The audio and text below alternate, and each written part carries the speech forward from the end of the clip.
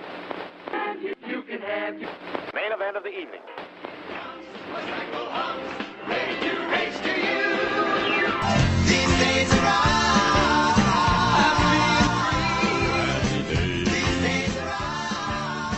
Hello and welcome to These Days Are Ours, a Happy Days podcast. I'm Peter. And I'm Joe. And today we're doing something a little bit different. We are discussing the debut album by Donny Most, 1976's Donny Most. Okay, Peter, could you read the liner notes from this 1976 album? But of course.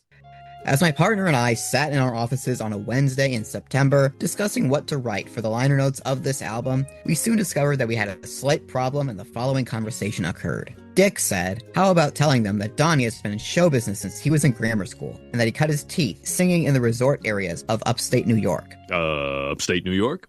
Really? I said, no, that's no good at all. Then I said, how about telling everyone what a big hit Donny is in ABC Television's Happy Days? How are ya?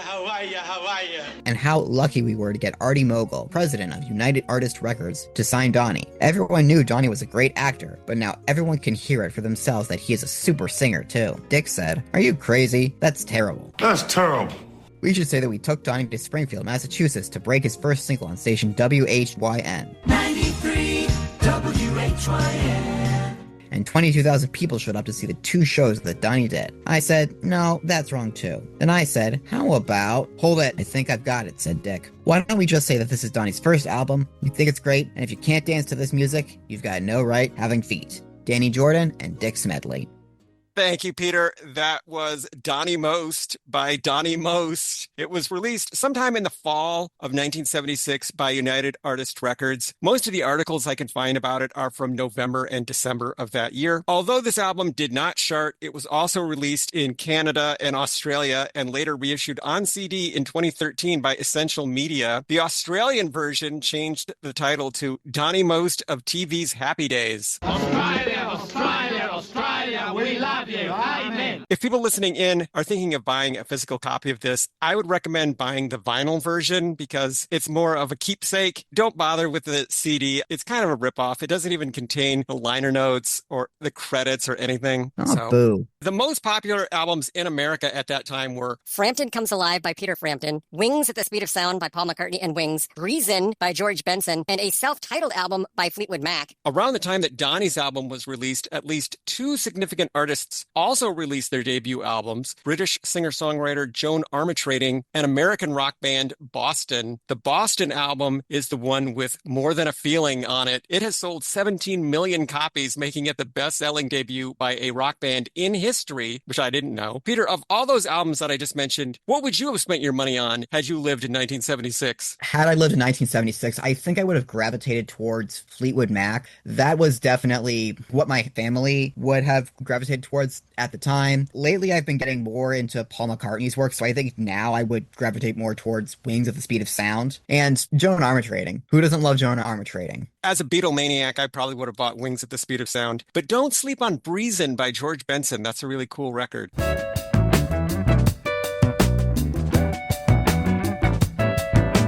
Kudos to Boston for being the fastest-selling debut album by a rock band. Not bad for a band where I think the only song I know by them is More Than a Feeling. If you listen to a lot of classic rock stations, that seems to be the only Boston song that anyone knows. But sometimes that's all you need. Obviously, people bought 17 million copies of it for that song. In 1978, 2 years after this album, Donny released a single on Venture Records, Here's Some Love. Here's some love.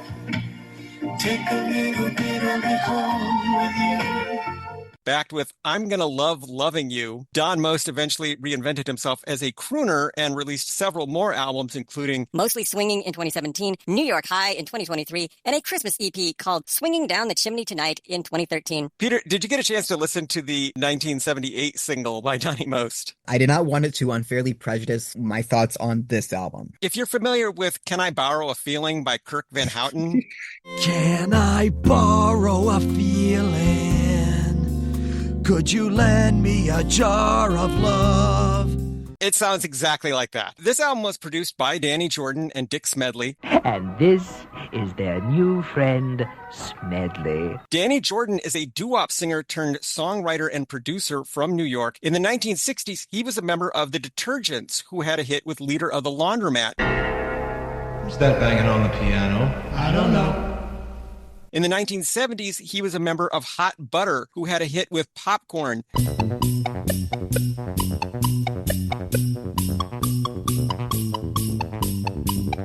So Danny Jordan was a one-hit wonder twice. He's the nephew of songwriter Paul Vance, whose hits include Leader of the Laundromat, Catch a Falling Star, and Itsy Bitsy Teeny Weeny Yellow Polka Dot Bikini. Danny Jordan also co-wrote the song Give Up Your Guns for the Buoys with songwriter Rupert Holmes. She said, give up your guns and face the law. And Rupert will come into play later on this album. If people know one song by the Buoys, it's Timothy, which was also written by Rupert Holmes. I assume you're familiar with that one. Oh, yes. Dick Smedley produced a 1976 novelty single called Fonzie's Girl by Gloria and Stacey O'Brien. I wanna be Fonzie's girl. Fonzie's, I wanna be Fonzie's girl. The song is a parody of Marcy Blaine's 1962 hit Bobby's Girl. Dick also produced a 1977 album by a funk disco group called The Energy Commission, and it is apparently Dick Smedley who discovered Donny Most as a singer. This was kind of Dick Smedley's baby in a lot of ways. Were you familiar with this novelty single Fonzie's Girl? I had never heard of it until now. No, but it looks like we will have to do a more in-depth exploration of that at some point. As for the songs in this album, I guess we should start with side one, which begins with All Roads Lead Back to You. I've heard all roads lead to Rome, but I find all roads lead back to you. This song is a cover of a 1972 track by a trio called Proffer, Marmelzat, and Reed. I've heard all roads lead to Rome, but I find all roads lead back to you. It was released as a 7-inch single, but did not chart. It was written by Spencer Proffer and Jeffrey Marmelzat. These two wrote songs for ABC's animated series, The Hardy Boys, which ran from 1969 to 1971.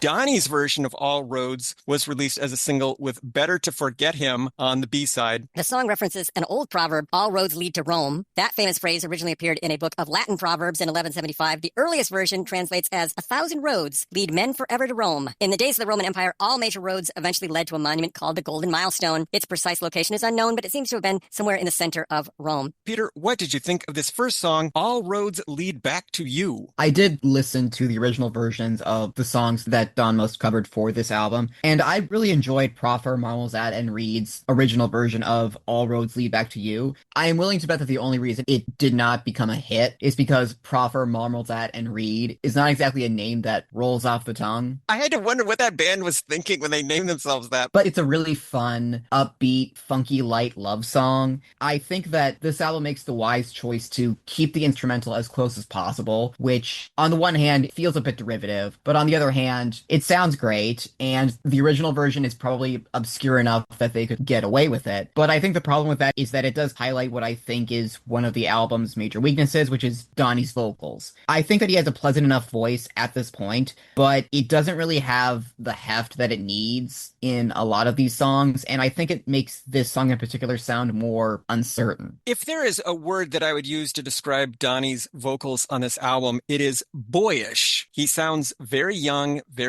inexperienced, and a little green on this record. But All Roads Lead Back to You is a very catchy, upbeat song. I think it makes sense as the lead single from this album and the song to lead off side one. I would agree that the Proffer, Marmelzat, and Reed version is superior, but I don't think Donny makes a hash of the song. I think this version is respectable. According to Dick Smedley, this single was actually charting in some cities. We move on now to the second track, Hey Baby.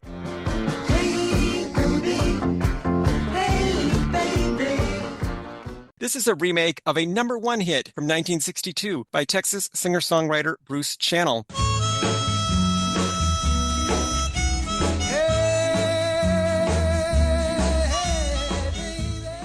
Bruce's record was a major influence on the Beatles' Love Me Do and was included on the mega-selling Dirty Dancing soundtrack in 1987. That's how I first heard it. The co-producer of this album, Danny Jordan, actually co-wrote a song called Oh Baby for Bruce Channel.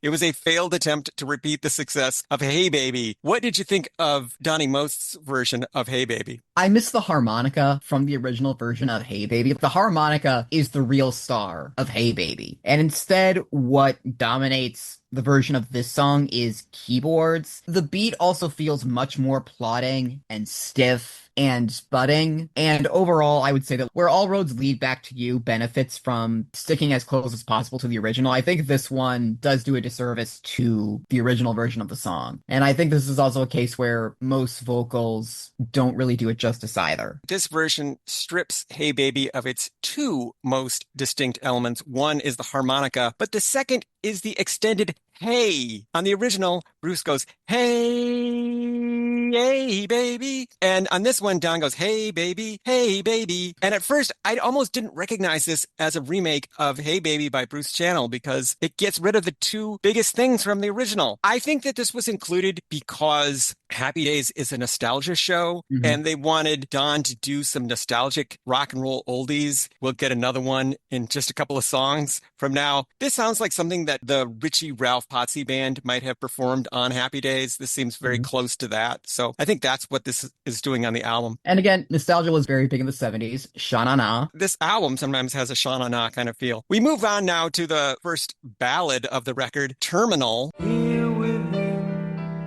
this terminal where the buses arrive. This is a cover of a Rupert Holmes song from 1974. Rupert wrote and recorded the song for his 1974 album, Widescreen. Here within this terminal where the buses arrive.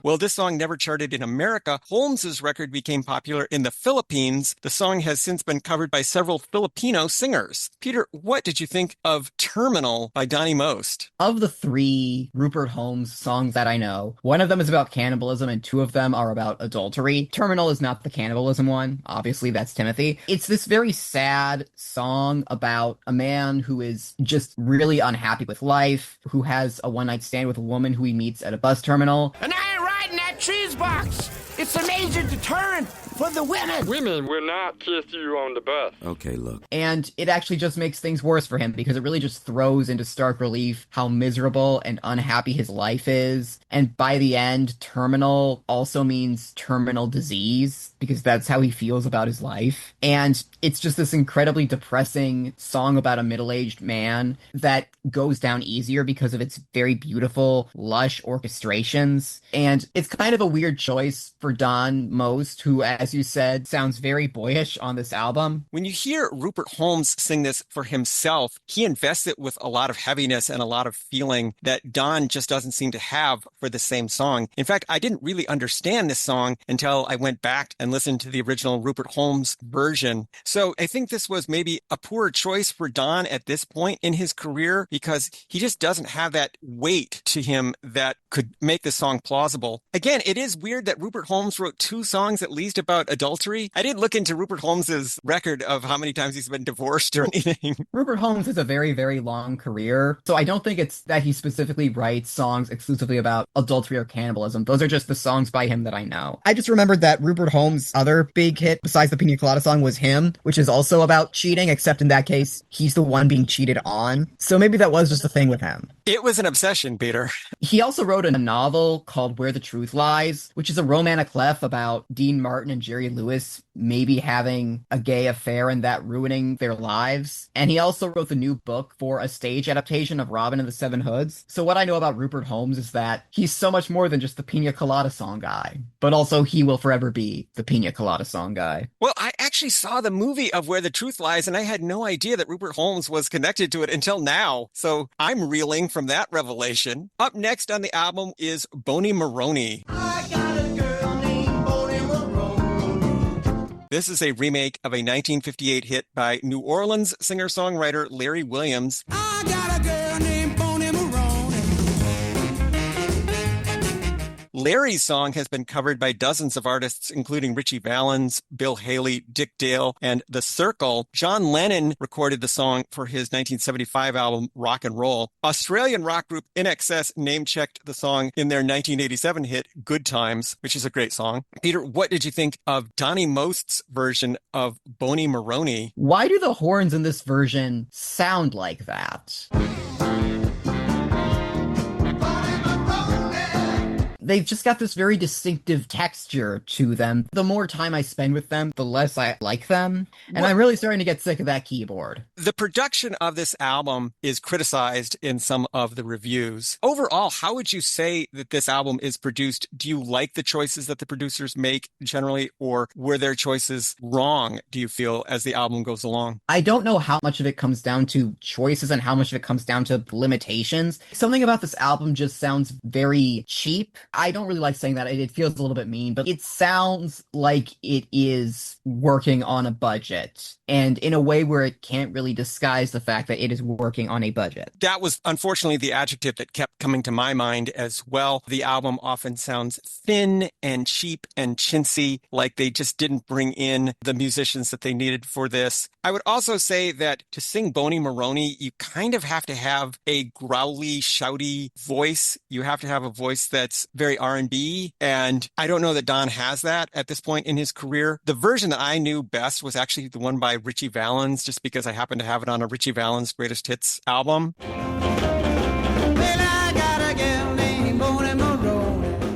And Richie could do a really growly R&B kind of voice. I don't know that Donny can do that. Yeah. Without a more forceful voice, it's just kind of a very silly novelty song. And side one ends with Now You're a Lady. Now you're a lady of some class. Drink your wine in the crystal glass. This is a cover of a song by British singer-songwriter John Bryant. He's a Dylan-esque folk rock performer who started in the mid-1960s and is still writing and recording to this day. This is one of his more obscure songs. John released this as the B-side to a 1975 single called Poor Lonely Boy. A glam rock band called Wednesday also recorded it for their 1977 album Nearly Made It, and the Wednesday version is out there to be heard.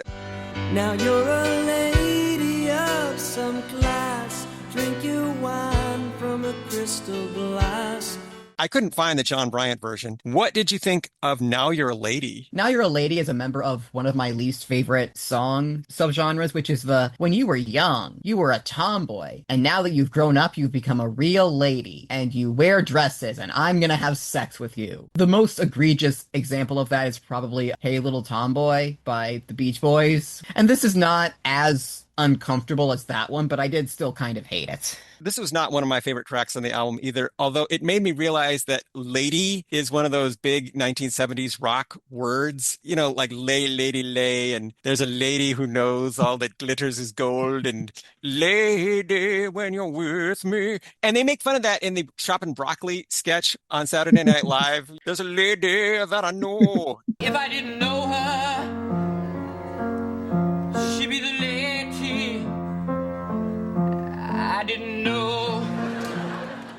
Overall, what did you think of side one? What were the highlights of side one for you? I'd say that it peaks with All Roads Lead Back to You, and then it's just kind of treading water. As mentioned, it does feel very Sha-Na-Na. I feel like it's very easy to make fun of Sha-Na-Na, but Sha-Na-Na are good at what they do. They're good at taking music of the 50s and giving it a 70s sheen while still keeping most of what make it enjoyable. And this is a lot more hit and miss. The sound really reminds me of the muzak that you would hear at the grocery store. That has kind of gone away. Grocery store muzak is not as common as it once was, but the arrangements on this album feel so much like that. We now move on to side two. This is side two. If you want to play the record from the beginning, please turn over. And it starts with Blue Finger Lou. Blue Finger Lou, my baby wants a boogie with you. This song was written by Alan O'Day, who's best known for his number one hit, Undercover Angel. Blue Finger Lou was originally recorded by Anne Murray. Now, Blue Finger Lou, my woogie wants to boogie with you. It's been covered by many artists, including Bobby Edwards, Vicki Brown, Antonio Orlando, and Dawn. The song is about a fictional piano player, but it mentions at least one real song, Kitten on the Keys, a novelty instrumental from 1922 by Zez Confrey. And I noticed that when guys sing the song, it's their girlfriend who's in love with Bluefinger Lou. And when girls sing the song, they're in love with Bluefinger Lou. So the lyrics change depending on who's singing the song. It's interesting because Lou is a gender-neutral name. Bluefinger Lou could be a girl if you're so insecure in your heterosexuality that you can't be gay for 2 minutes for a song. Overall, though, musically, what did you think of Bluefinger Lou? Maybe because of the fact that the narrator of this song is not interested in Lou himself. The tempo is much faster, and as a result, it kind of loses any sexual feeling. Not that Anne Marie's original version is super horny, but you do at least get the point that she wants Bluefinger Lou to stop putting his hands on the piano and start putting them on her, if you know what I mean. I guess what they're going for with this version is more like irritation, but that doesn't really come through either, so it doesn't really feel like it's a song about anything. And as with Boney Maroney, if Bluefinger Lou is not a song about anything, then it's just kind of a goofy novelty song. It becomes a song about Donny Most getting cucked by a piano player, which I don't know why he would want to put that on side 2 of his album. I just remembered when the Beach Boys covered Under the Boardwalk for Summer in Paradise, and they added in some lines about me and your girl under the boardwalk. So now this perfectly nice, innocent song about just hanging out on the boardwalk and having a nice time becomes a song about Mike Love cucking you. Oh, gross. The other thing that Bluefinger Lou reminded me of is the kind of track that Ringo Starr would put on his solo albums to fill out a side of a record. His records often contain a lot of filler tracks, and Bluefinger Lou sounds very much like the kind of thing that he would have put on one of his records. Oh, wow, yeah. This could have easily been a lost cut from Bad Boy or something. We now move on to One of These Days. One of these days, one of these very ordinary days, you're gonna call my name. This is a cover of a Barry Manilow song from 1973. Barry wrote and recorded it for his self-titled debut album. One of these days, one of these very ordinary days, you're gonna call my name.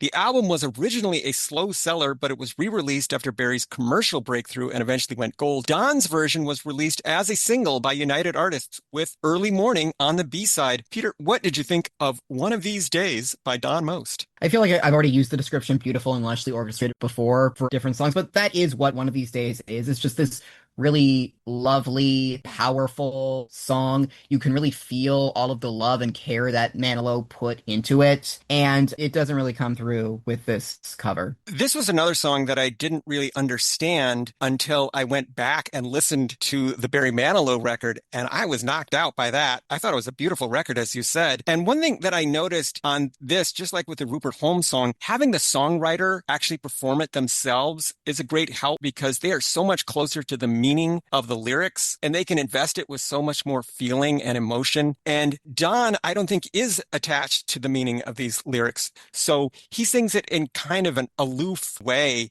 that doesn't really connect with the meaning of the words. But now, Peter, we come to the most famous track on the entire record, Rock is Dead. Rock is dead, but it won't lie down. Shakes its head and it sticks around. This song is a cover of a 1974 track by a British glam band called the Rubettes. Rock is dead, but it won't lie down. Shakes its head and it sticks around. The Rubettes version did not chart, but the album that it came from, Where It's At, was a moderate hit in Germany, Australia, and the Netherlands. Rock is Dead was written by 2 Englishmen, record producer Wayne Bickerton and singer-songwriter Tony Waddington. And could their names be more British? In the 1960s, Bickerton and Waddington were members of a group formed by ex-Beatle Pete Best. Later, these two wrote a series of UK chart hits, most famously Sugar Baby Love by the Rubettes.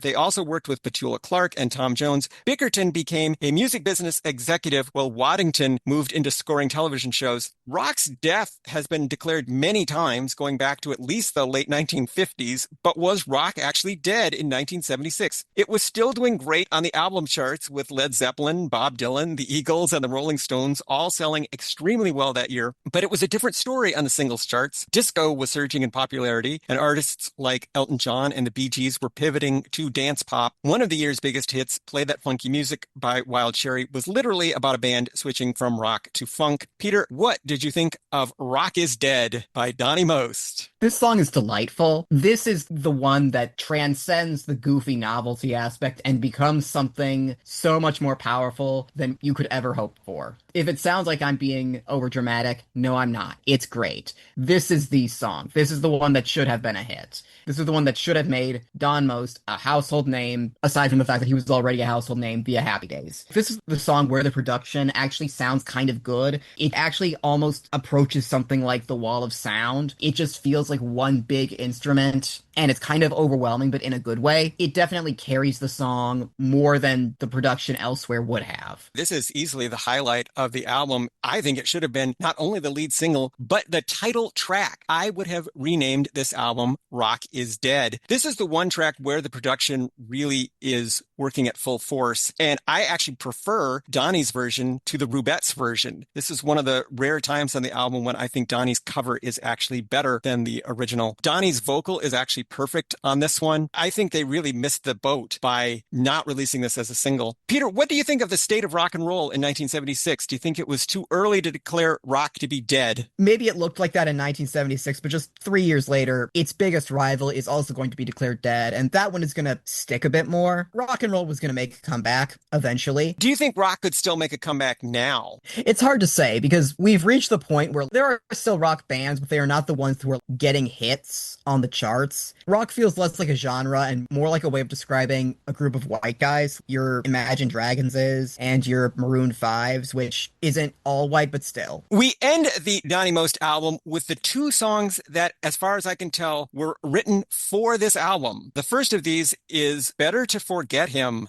I'll make it better so you can smile again. Producer Danny Jordan wrote this for the album with arranger Frank Russell. Frank worked with Dick Smedley on Fonzie's Girl. He also produced a religious disco record by a group called Harvest. Peter, any feelings on Better to Forget Him? Well, it's not a religious disco record. Better to Forget Him is this weirdly lilting song that doesn't really have a clear emotional tone. Is it meant to be yearning? Is it meant to be bitter? Is it meant to be pleading? Is it meant to be full of confidence because the lead singer is going to make the subject of the song forget the other guy she's in love with? It's just this weirdly indecisive sounding song. This song was kind of difficult for me to remember, even though I heard it about 3 or 4 times in preparing for this podcast. Better to forget this song. We end the album with Early Morning. It's almost early morning. I can't sleep a wink. It's the only other song written especially for this album. Danny Jordan and Dick Smedley wrote this with Frank Russell. Peter, what did you think of Early Morning? This is another one that I struggle to remember at all. Unlike the last one, this one at least does have a clear emotional tone. It's a sad song about missing lost love, but it will not stay in my brain. It kind of lopes along like lumpa lumpa lumpa lump. It almost sounds like the music that you'd hear in a movie or television show when the characters are waiting around and the clock is ticking. But the most interesting part of this actually comes at the end when Donny stops singing and does a dramatic monologue. The sun is almost up now. The start of another day. In the style of Elvis doing Are You Lonesome Tonight? Now the stage is bare, and I'm standing there with emptiness all around. Because the records remind him of his lost love, and the old records make him think, Peter. I wanted him to say at one point, And I'll be here playing records and thinking of you till early morning. I'll be listening to records until the early morning, and then it's off to my job at Foot Locker. That's how I wanted the album to end. What else is this guy doing with his day? He's just listening to records all the time for this girl that he broke up with? Maybe he's a DJ or something.